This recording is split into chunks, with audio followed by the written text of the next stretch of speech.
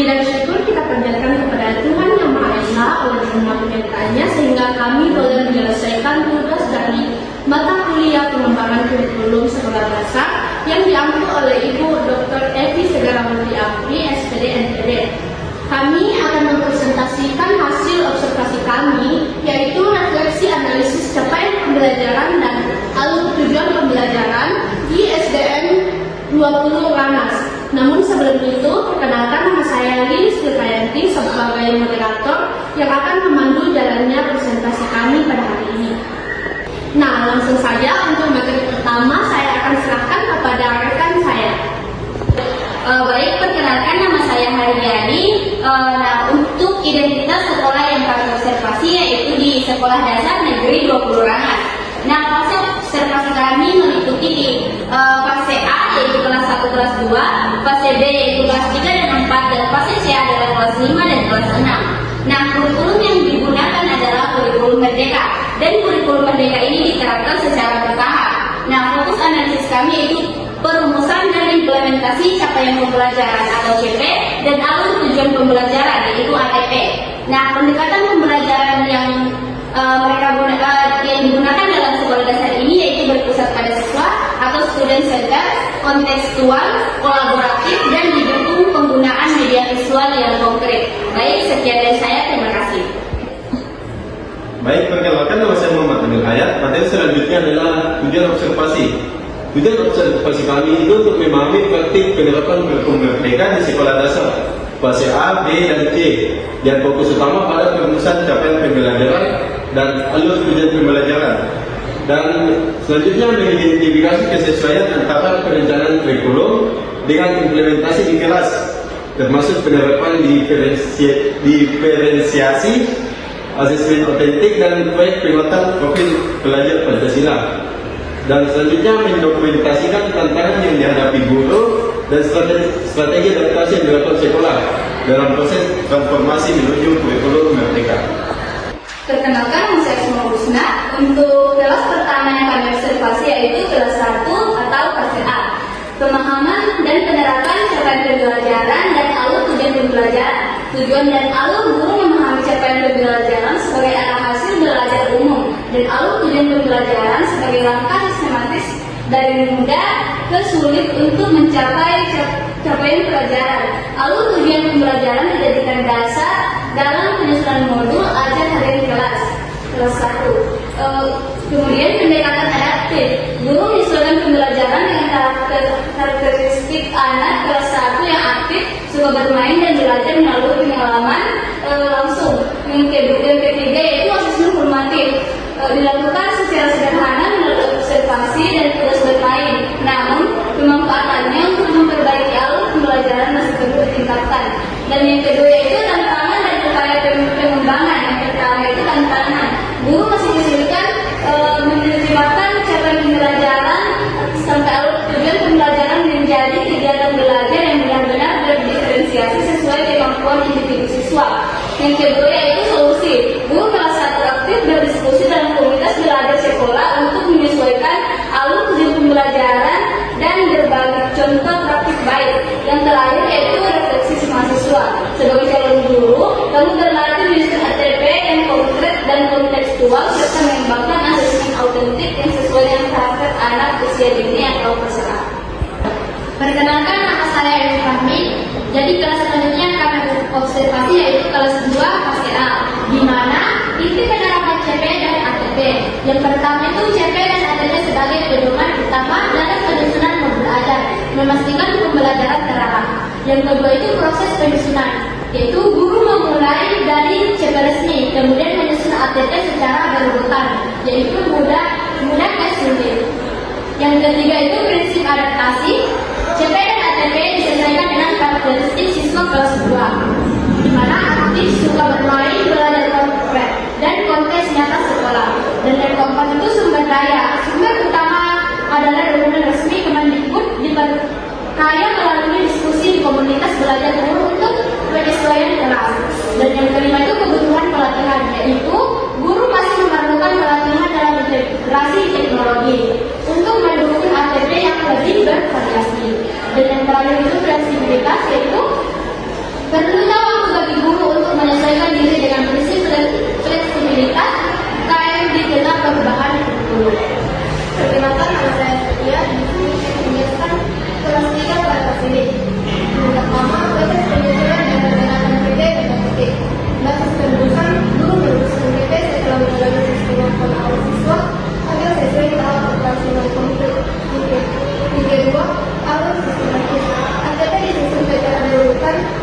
mengembangkan mata pembelajaran dan sederhana kompleks. Yang ketiga, prinsip pedagogi.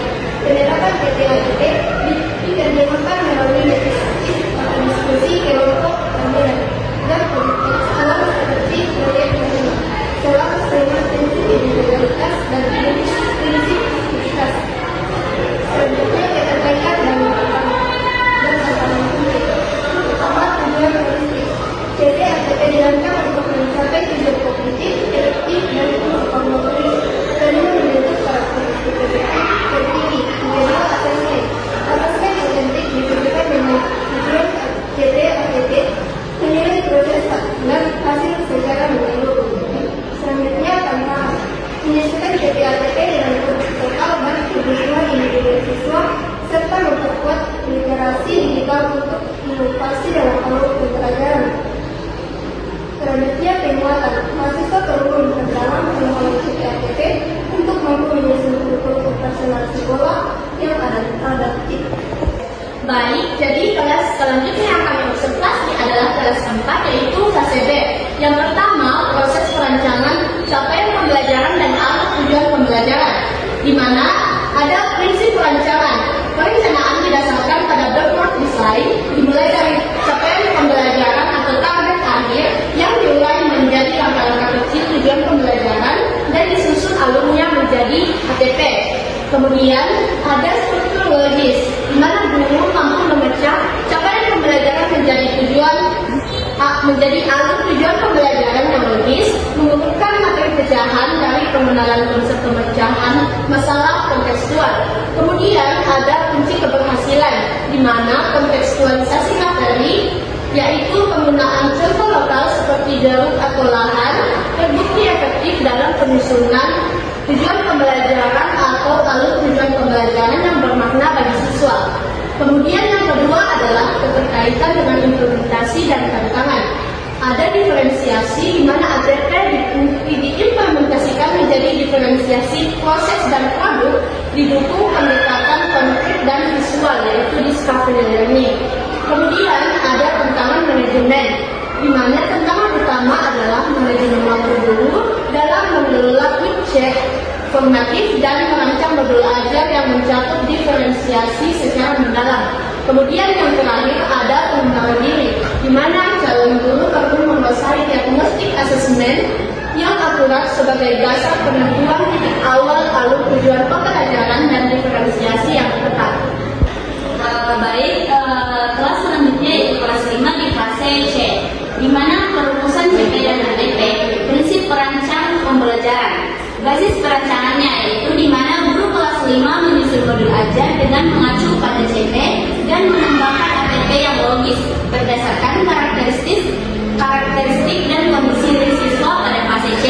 Nah, yang kedua adalah prinsip kunci, di mana proses ini mencerminkan pemahaman backward design dan pentingnya kolaborasi antar guru melalui komunitas belajar untuk menjamin kualitas ATP yang kontekstual. Nah, yang ketiga, fokus pemanfaatan.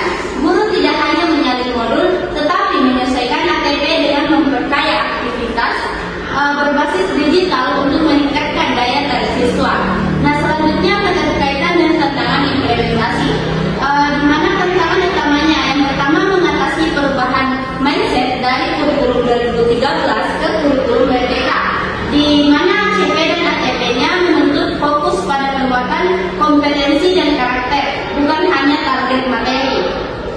Nah, yang selanjutnya adalah inovasi dan teknologi, di mana penerapan CP dan ATP menuntut guru untuk kreatif, menggunakan media digital dan teknologi interaktif. Tantangan nyata yang memerlukan pelatihan lebih lanjut. Nah, rencana kita sebagai calon guru yaitu fokus pada pemasaran struktur CP dan ATP secara mendalam dan mengasah keterampilan digital untuk menciptakan modul ajar yang relevan, fleksibel, dan berpihak pada siswa. Baik, sekian dari saya. Baik, selanjutnya itu hasil observasi kami di kelas 6, fase C. Yang pertama, pemahaman dan implementasi CP dan ATP. Peran CP dan ATP berfungsi sebagai acuan utama kompetensi, dan ATP membantu guru menyusun rujukan pembelajaran bertahap yang efektif dan berkala. Yang kedua, proses perancangan. Penyusunan ATP memberikan pemahaman mendalam terhadap karakteristik siswa, konteks sekolah dan integrasi profil pelajar Pancasila. Selanjutnya kesenjangan transisi. Terdapat tantangan karena di semua kegiatan belajar sepenuhnya mengacu pada CP atau ATP dan masih ada penggunaan pendekatan tematik. Yang kedua, tantangan utama dan pembelajaran ini. Yang pertama adalah tantangan fleksibilitas, mengelola kedewasaan inovasi kurikulum merdeka sambil memastikan pembelajaran tetap terarah dan sesuai dengan CP.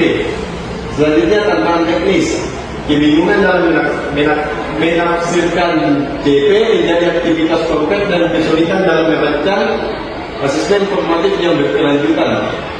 Selanjutnya rencana pengembangan diri.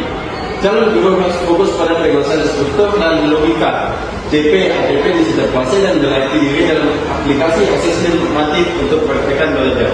Sekian dari saya. Sekian materi dari kami. Adapun kesimpulannya yaitu secara keseluruhan implementasi kurikulum merdeka di SDN 20 Barnas telah berjalan dengan baik, di mana guru menunjukkan komitmen dalam memahami capaian pembelajaran dan menyusun alur tujuan pembelajaran yang fleksibel, didukung oleh komunitas belajar sebagai wadah adaptasi kontekstual. Kemudian, pembelajaran dirancang berpusat pada siswa dan memanfaatkan media konkret, namun tantangan utama yang dihadapi secara konsisten di semua fase, baik A hingga fase C, adalah optimalisasi diferensiasi praktik di kelas, serta memastikan hasil asesmen formatif digunakan secara maksimal untuk perbaikan pembelajaran yang berkelanjutan. Sekian presentasi dari kami. Assalamualaikum warahmatullahi wabarakatuh.